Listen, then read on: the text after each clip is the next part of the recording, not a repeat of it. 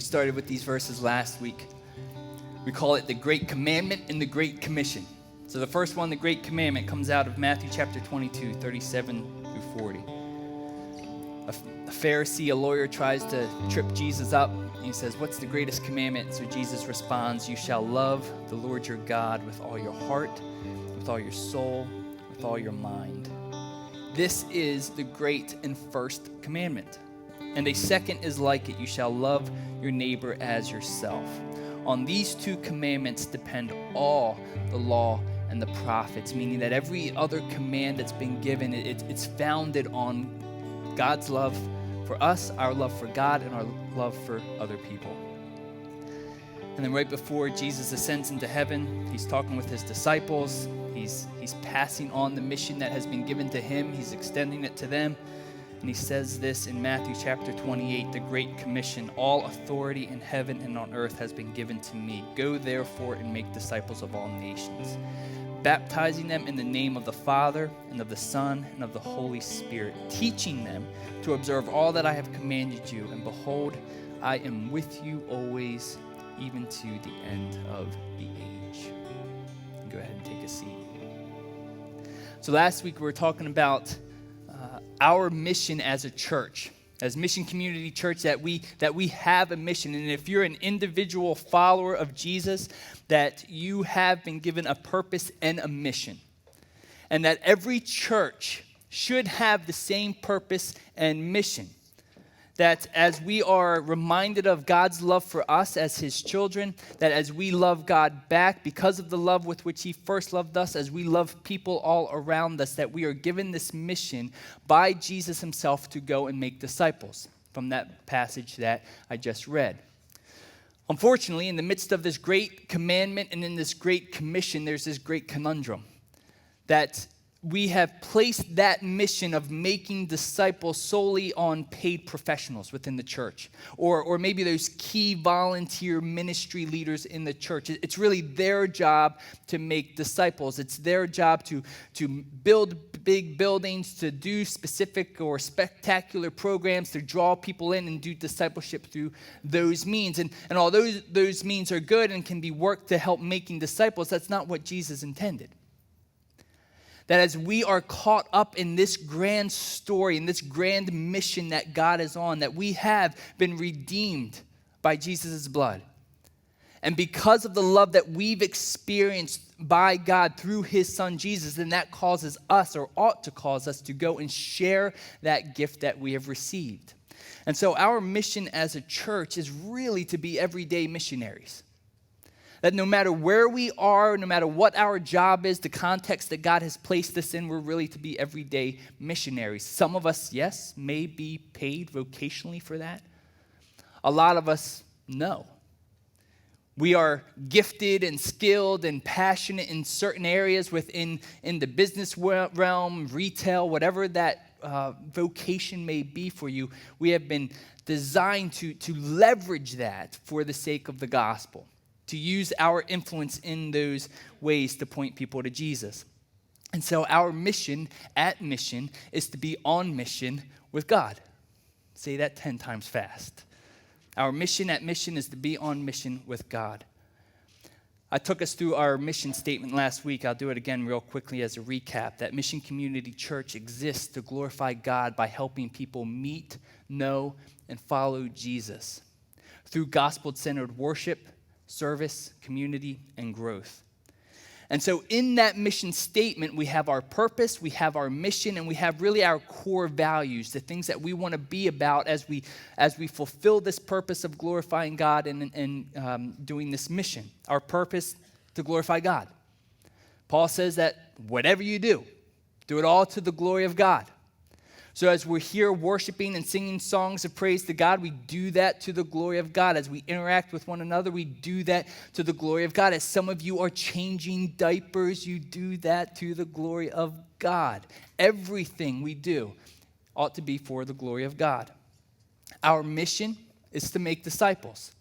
And the way we try to define that as a church is by helping people meet, know, and follow Jesus. And so when we talk about helping people meet Jesus, we're really trying to initiate the introduction with Jesus.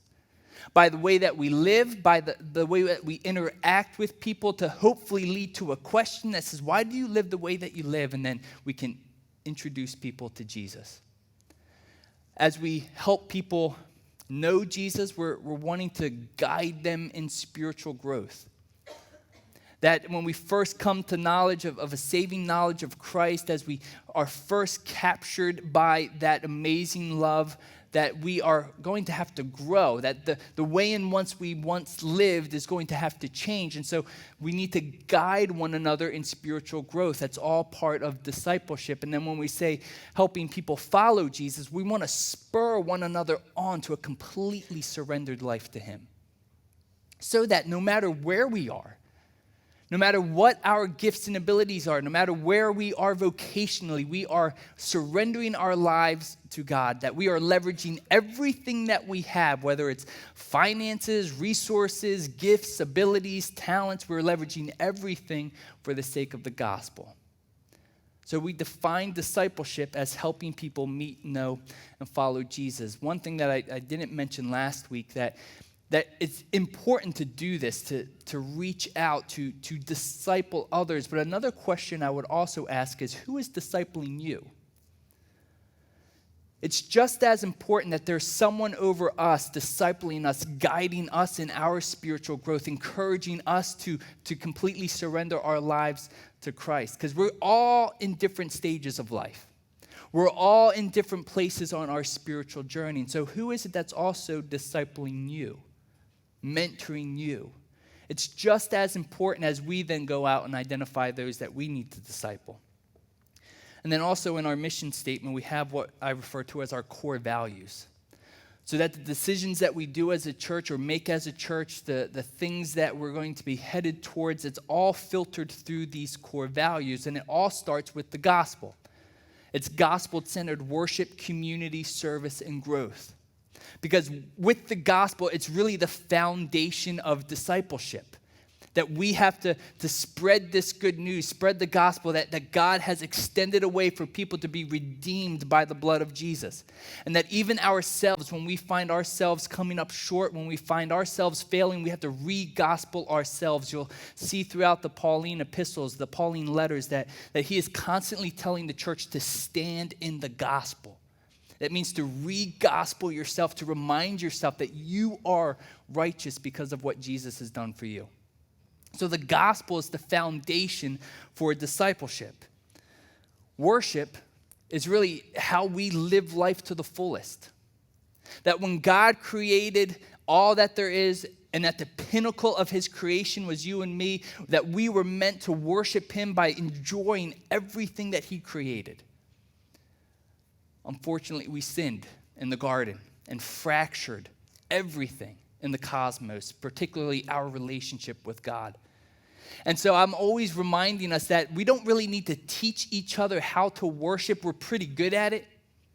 We have gods all throughout our culture that's disguised as money, houses, cars, Philadelphia Eagles, Phillies, Flyers. There's all kinds of gods that we worship. And so we don't necessarily need to teach people how to worship, but whether are we worshiping the right object, primarily the triune God of the universe. And we won't live life to the fullest until we are ultimately worshiping him with every moment of our day. Worship is the fuel for discipleship. Then we have community, that we were meant to do life together. We were meant to do life together. I was reading this article this past week, and it's called The Loneliness Epidemic. The subtitle, we're more connected than ever, but are we feeling more alone? And the article goes on to talk about how loneliness is actually up there causing health issues just like cigarettes, substance abuse. It actually increases our mortality rate by 26% just by being alone, by being isolated from one another. When for thousands and thousands of years, cultures, communities actually lived together in close proximity with one another. You would have extended family that lived in the same houses, but now we live in these nice neighborhoods where as soon as we get home from work, we pull in the garage, make sure the garage door is down behind us before we actually get out of the car. Or when that telephone rings, we look to who it is and, I'll answer that later. That we're becoming more and more isolated. But then even in the scheme of social media, we think we are being more connected, but what's happening when we're actually interacting with one another on social media, we're actually reminding ourselves as just how disconnected we are because of technology. And so community is a big core value of ours, that we want to be doing life together. That's how we were made, how we were designed, because ultimately community is the framework for discipleship. We can't make disciples if we're not in community with one another. We can't be discipled unless we're in community with one another. Another value of ours is service. The idea that saved people serve people. That when we look at Jesus' life, he came to serve, not to be served. That he washes the feet of his disciples with his own on-the-ground, dirty, stinky process of that he shows us all through his life what it means to be a servant. And that through serving, it becomes the overflow of discipleship. And then finally, growth. That found people find people. This idea that we can't keep this gift that we've received to ourselves, this most precious gift, the love that we've experienced through Jesus Christ. We can't keep that to ourselves, but we need to extend that to other people. And as we are making disciples and being disciples, what's going to happen is ultimately the fruit of discipleship. That people are going to come to a saving knowledge of Christ, and that we are going to grow in our spiritual growth, and that we are going to surrender our lives to him. And so there is going to be just natural growth that happens as a result of that. And so a summary statement of ours, as we look at our mission statement, that we exist to glorify God by helping people meet, know, and follow Jesus through gospel-centered worship, community, service, and growth. A nice little summary statement that you've heard us use is that we just ultimately want to be a gospel people on a gospel mission. That we want to remind ourselves of this gospel and then be a people that are on mission for God. It's all for the glory of God and the good of people. So our mission at Mission is to be on mission with God. Now, with a real life mission, it's pretty good if we were to have a real life vision. And where are we going? How do we do that? What do we hope to be as a church? And so that's what I want to take us through here for the next several moments. A real life vision for Mission Community Church. Everyone ends up somewhere. Few end up somewhere on purpose. Everyone ends up somewhere. Few end up somewhere on purpose. Everyone ends up somewhere. Our life is a journey. You are on a journey, I am on a journey, and eventually we are going to end up in some destination based on the choices that we've made. So everyone ends up somewhere. However, few end up somewhere on purpose. If I were to ask you this morning, how many of you have a vision for your life for the next 5 years, next 10 years, next 15 years? I would imagine that many of us would have an idea or at least a picture of where we would want to be in the next 5 years, the next 10 years, the next 15 years. For example, I'm hoping Colleen and I are young empty nesters. No kids to have to worry about. Go travel the world. See what happens. I would imagine that we all have some sort of an idea of where we want to be. And the ability to end up somewhere on purpose, this idea that everybody ends up somewhere, but few end up somewhere on purpose, the difference in a few of us ending up somewhere on purpose is this idea of vision. The word vision literally means the ability to see things that are visible. So I can see you. You can see me, we can see these walls, we can see these screens. It's the idea of being able to see what is visible, but it's also the ability to see other things beyond what is merely visible. The American Heritage Dictionary defines vision as unusual competence in discernment or perception, intelligent foresight. Merriam-Webster says that vision is a supernatural appearance that conveys a revelation. And so one of the ways that I just try to define vision for myself is the ability to see things not yet seen. So for example, a couple years ago, as I was navigating in my spiritual journey, as I was seeking God, I envisioned a church. That there wasn't yet a church that was planted called Mission Community Church, but there was this church, and we would probably in our early years end up in some sort of a place, whether it be a hotel, whether it be a fire hall, whether it be a school building. I actually thought we would probably end up more so in a school building. And even when we start looking at different buildings, you enter into a place and you see just empty walls and a shell of what can be utilized. And so what happens is that we can begin envisioning what is happening where, and okay, what if we did this and arranged it in this way? There's vision. Even though it's not laid out specifically in front of you right now, you can see it. You can see where the possibilities of it all. And so vision is that bridge that connects our present to the future of where we're going to be. Let me just talk with you a little bit as far as where we are currently right now as Mission Community Church. So Mission Community Church, right now, we have about 300 people on our roster, so to speak. 300 people, 200 plus adults, another 100 or so kids. That's a pretty good proportion of adults to kids. When you look at those numbers, we're a fairly young church because of the number of kids that we have. Now, when you look out at us here today, there's not 300 people that fill this room, and that's what goes back to a point that I mentioned last week, that regular attenders are attending church less regularly. That those that attend church, they consider themselves regular attenders if they attend anywhere from 5 to 6 or every 5 to 6 weeks, I should say. So one time out of every 5 to 6 weeks, a person would refer to themselves as a regular attender. And so when you look at our church, it's about every 3 or 4 weeks that all of us kind of cycle through a Sunday morning gathering. And so right now we're about 300 plus regular attenders. As we looked over the course of 2016, we started out at a certain average number in Q1 and have grown throughout the year to where there's been about 11% growth in our attendance just on a Sunday morning gathering. As you can tell, we are meeting at Eastward Elementary School.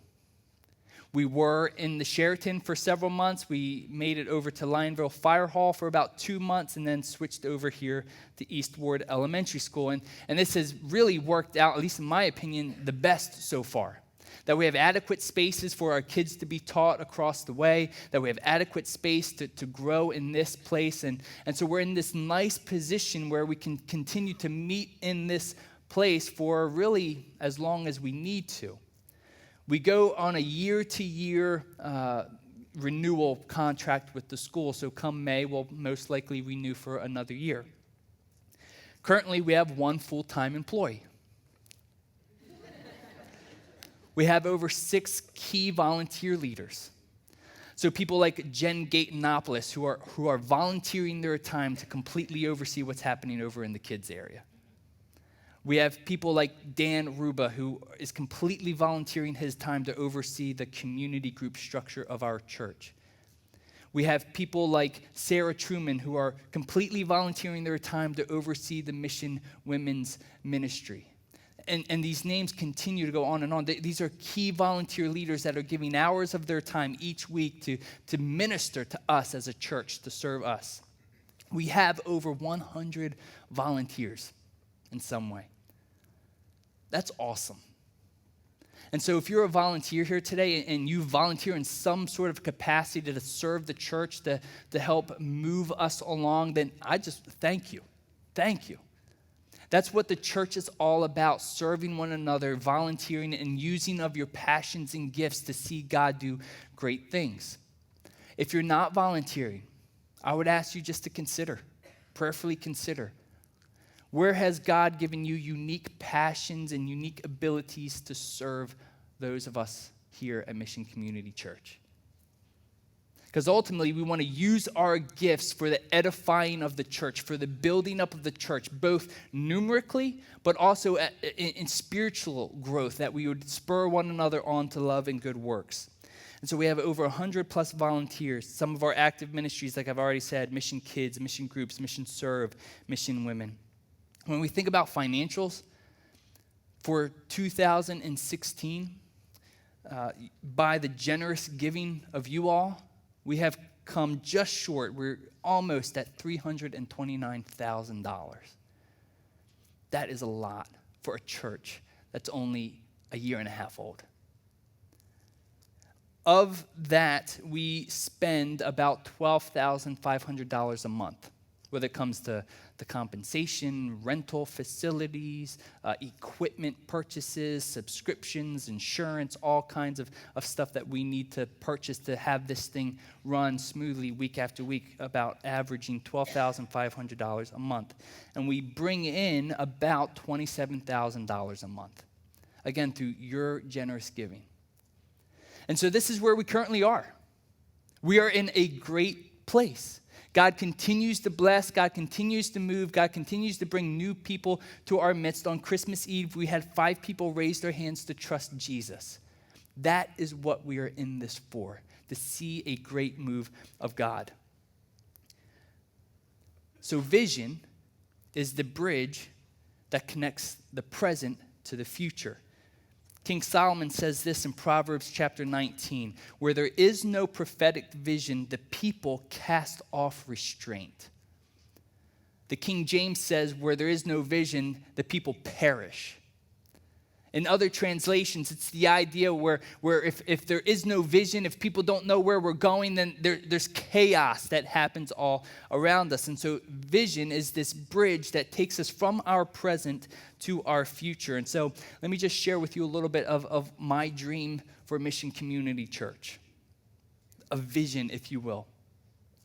I hope that our church has a balance of being missional and attractional when it comes to ministry.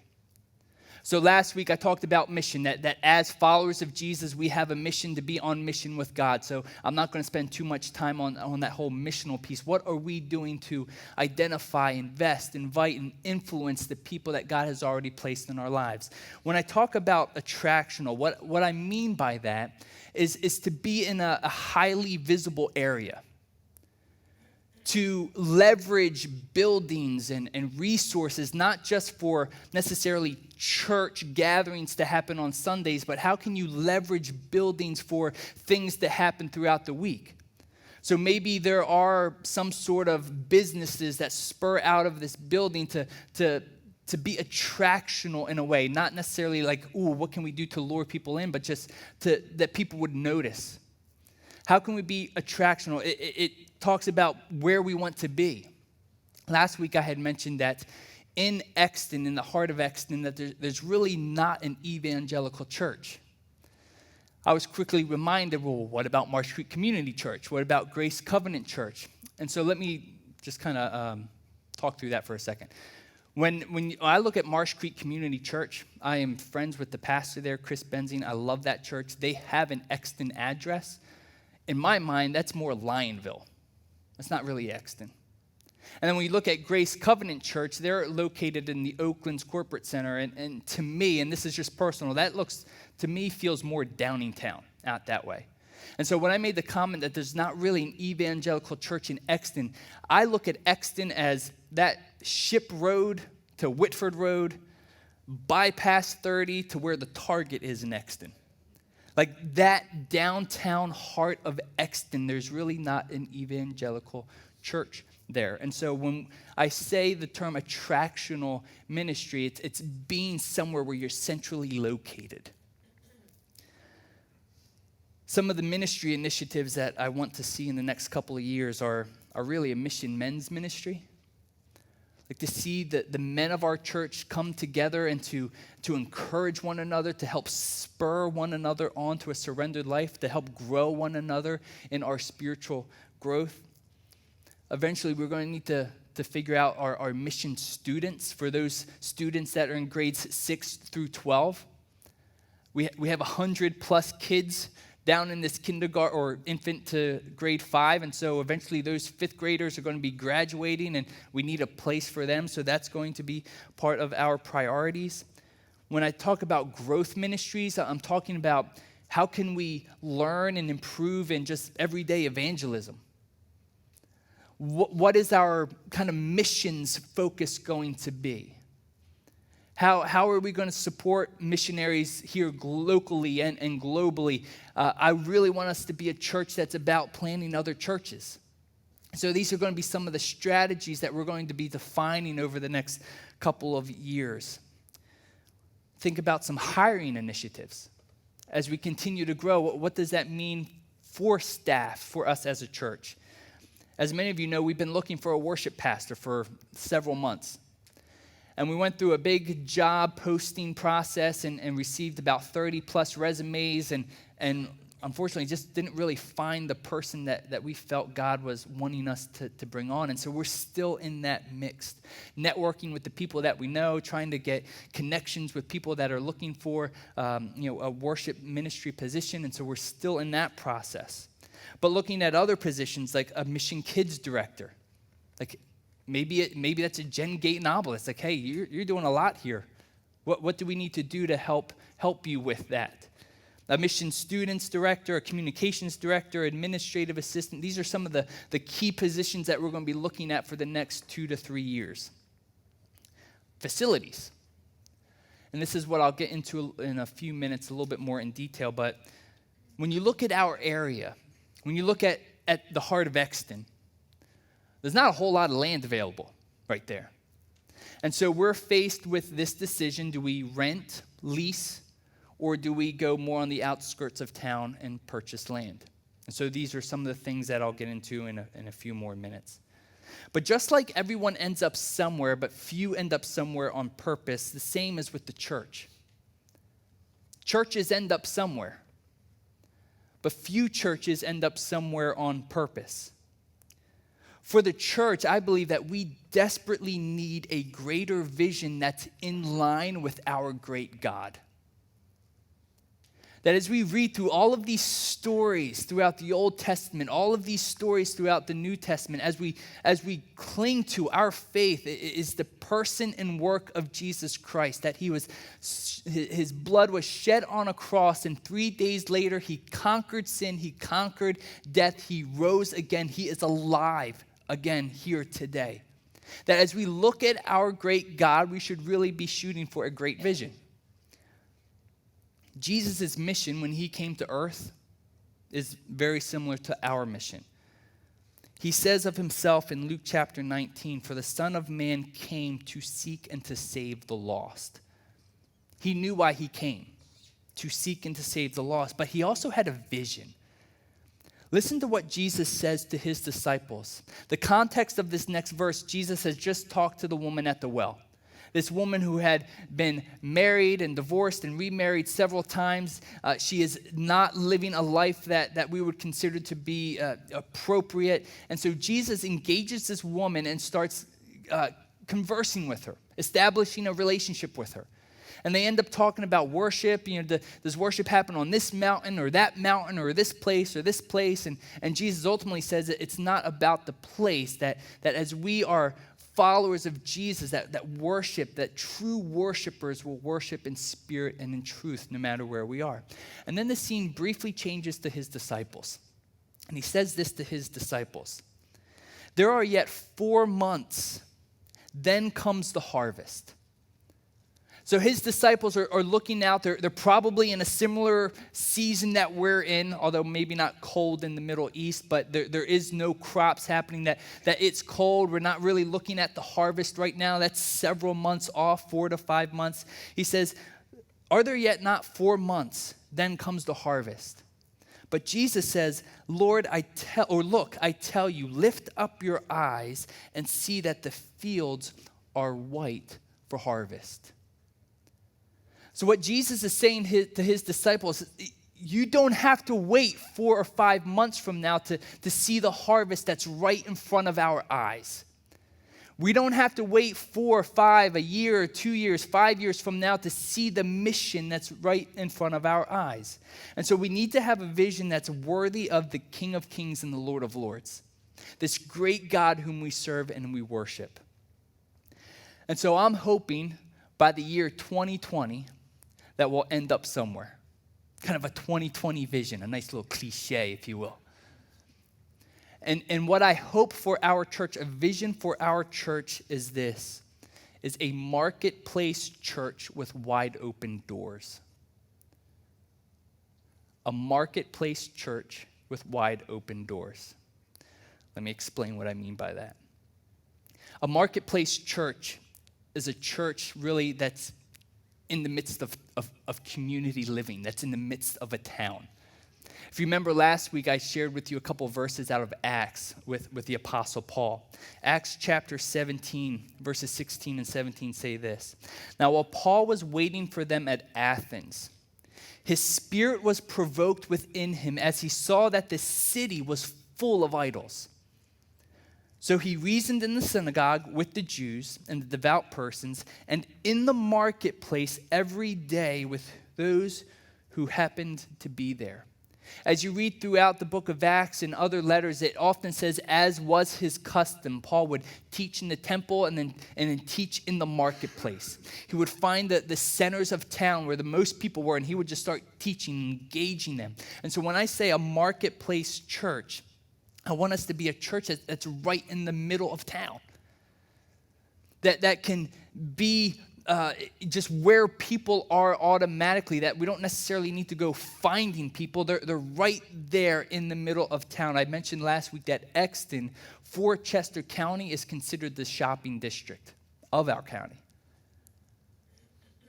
I think of places like the Circuit City building in Main Street.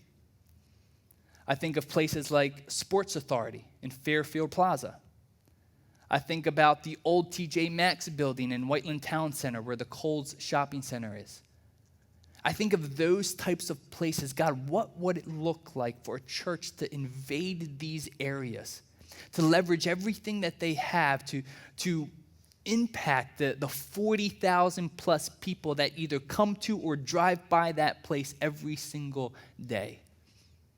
So that's what I mean by a marketplace church, a church that's right in the center of town. Now, we also have to be realistic. Sometimes that might not work.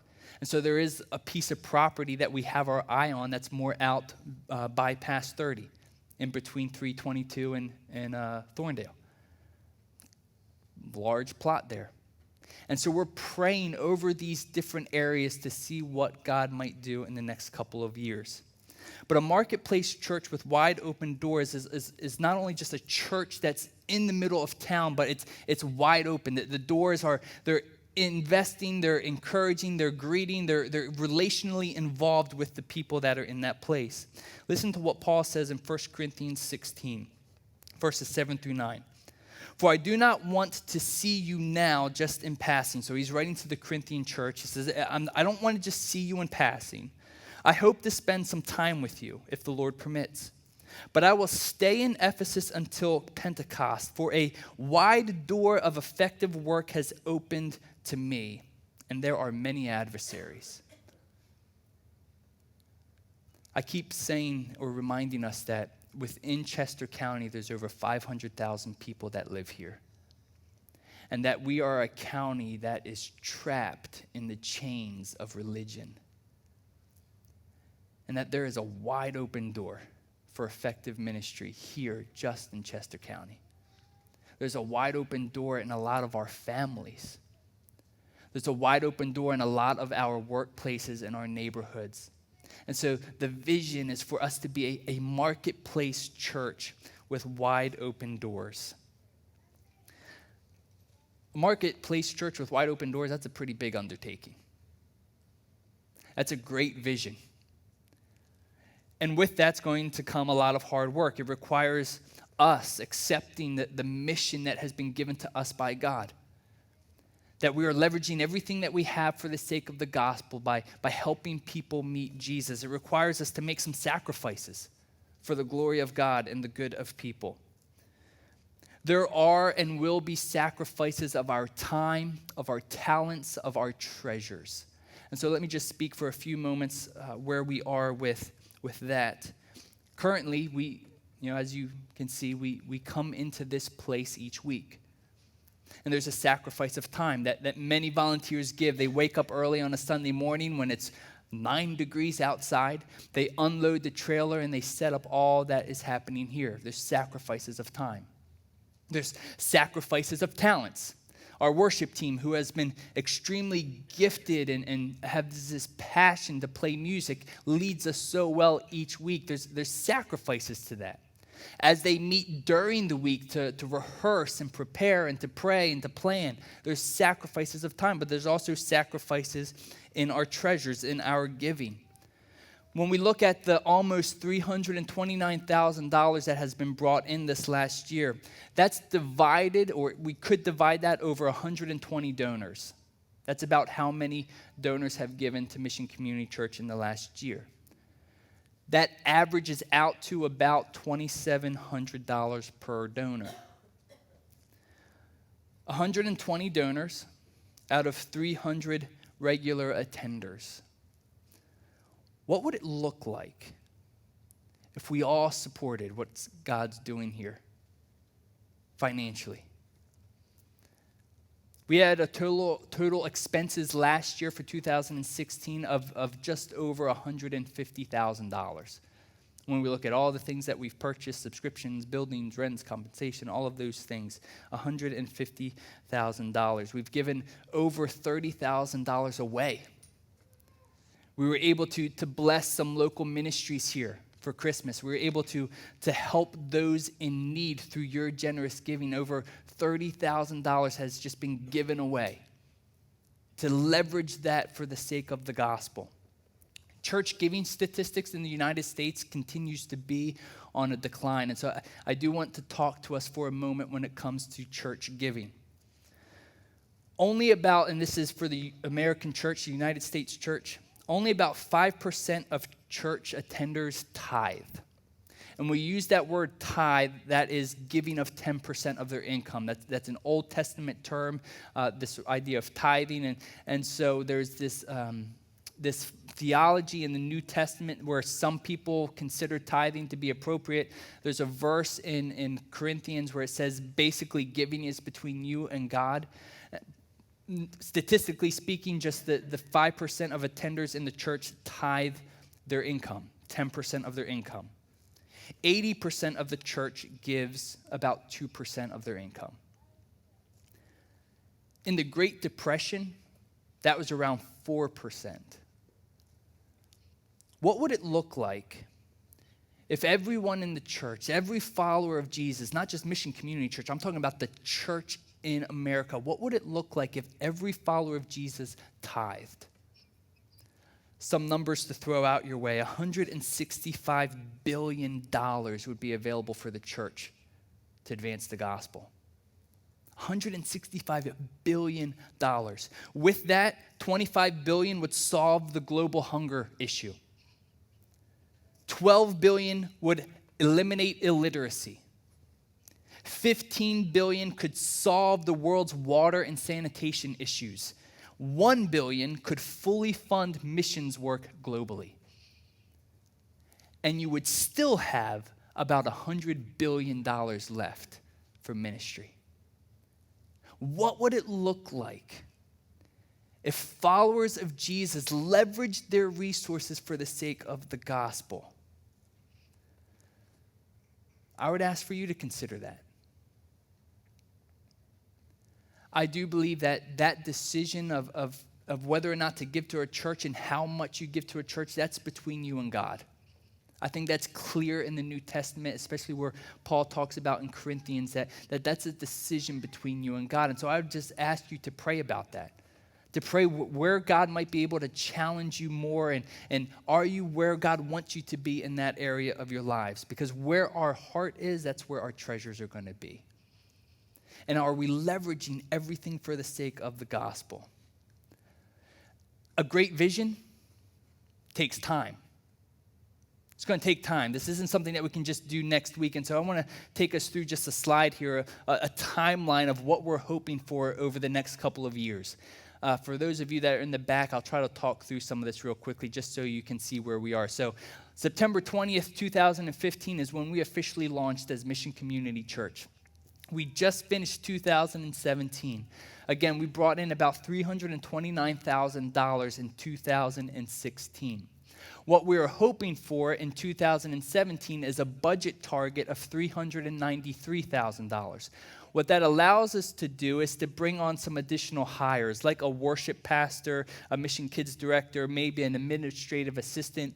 These hiring priorities aren't necessarily in that correct order, but these are some of the things or positions that we're going to be looking to hire in the next couple of years. So if we were to hire a worship pastor, a mission kids director, and an administrative assistant, that our expenses would be somewhere in the neighborhood of $293,000. When we look at 2016, we're already in that safe zone. But what this is also hoping is that we would continue to be able to put money away in savings so that we have funds available for when we decide whether or not to rent or lease or to buy. So 2017, what we are expecting is for this next year to continue meeting here at Eastward Elementary School, with the goal of, come 2018, getting serious about what we're going to do. And there's this decision point, there's this kind of tipping point, so to speak. Do we go more for the rent leasing in more of the town of Exton? It'll probably be a little bit more expensive. Or do we look at perhaps property that's a little bit away from town? And so come 2018, as we look at where we are financially, where we are as a church, that's when we're going to really start heading down that path, whatever that may be. Now, as you know, you can't decide in 2018, we're going to go this direction, and then a month later we're going to be in some place. That takes time as you plan, as you have to maybe rebuild a building, or if you buy land and you begin constructing, that's going to be at least probably a 1.5 to a 2-year process. So the goal at the end of the day is by 2020 to be in some permanent location, more permanent location than this, with some budget targets as we take on more staff, as we look at depending on buying versus renting and leasing. So if you have any questions about that, feel free to come up to me afterwards and we can talk about that. People often disguise their fears as wisdom when it comes to these great visions. That they're afraid of entering into a supernatural vision that can only be accomplished with God's help. A lot of times we go immediately to the practical and we think, well, that's just not going to work. And we, a lot of times, mask that fear in wisdom. This type of misunderstanding of the roles that we've been given and the role that we've been invited into by God has caused the demise of many churches. That we're not living into what God has called us to be and the visions that he has given us. It's really a perversion of the gospel. When we think of what happened, that we sinned against Creator God and that he provided a way for us through his son Jesus, that there is nothing impossible with God. When we sell ourselves short or when we sell him short, that it's really perversion of this gospel. And so making a real life vision a reality, it is going to cost all of us to leverage everything that we have for the sake of the gospel. So where do you see yourself in 5 years, in 10 years, in 15 years? And what can you see us being as a church in that amount of time? Every church ends up somewhere. But few churches end up somewhere on purpose. When it comes to worship, we want you to be part of our regularly gathered worship services. When it comes to community, we want you to be in community with one another. If you're not in a community group already, I would encourage you to get involved and be in community with one another. When it comes to service, again, thank you to those 100 plus volunteers that are in our church. But if you're not serving already, how can you serve the community around us, the church here? When it comes to growth, it's focusing on identifying, investing, inviting, and influence those people that are already in our lives. Proverbs 16:9 says that the heart of man plans his way, but the Lord establishes his steps. And so we have a plan ahead of us. Ultimately, God is going to make whatever happen as we take one day at a time, one step at a time, fully dependent on him and what he's going to do. So at the end of the day, we can dream dreams and make plans, but God establishes our steps. Whether that's for your life individually, for your family, for us as a church. And the steps that we are taking now are really preparing us for where we'll be in the future. So I wanted to take time over these last 2 weeks to just share where we are as a church, what our mission is as a church, and where we hope to be in the next 3 to 5 years. Can you see it?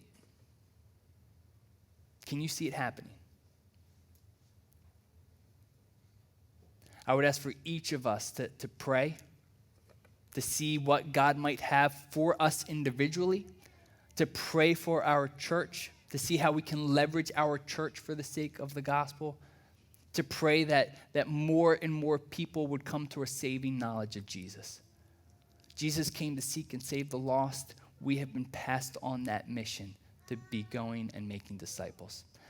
Are you making disciples? Do you have a great vision that's in line with a great God? Let's pray. Father, I thank you for your Son, for the life that we have through him, for the pain that we can experience yet make it through, for the righteousness that we are clothed in, that our sins past, present, and future have already been dealt with and forgiven. I thank you for even how you've grown us as a church community over the last year and a half. I thank you for the people here in this room today. I thank you for the passions and giftings that you've given each one of us. I thank you for the visions that you've given each one of us individually, for our families, for this church. And so would you constantly remind us that number one, we are sons and daughters of you. That there's no amount of thing that we can do or not do that's going to make you any more or less in love with us. But then as we think about your love and as we love you in return and we love the people around us, would you remind us to do everything for your honor and your glory for the good of all people? And so as we go down this path over the next couple of years, I ask for your blessing upon it.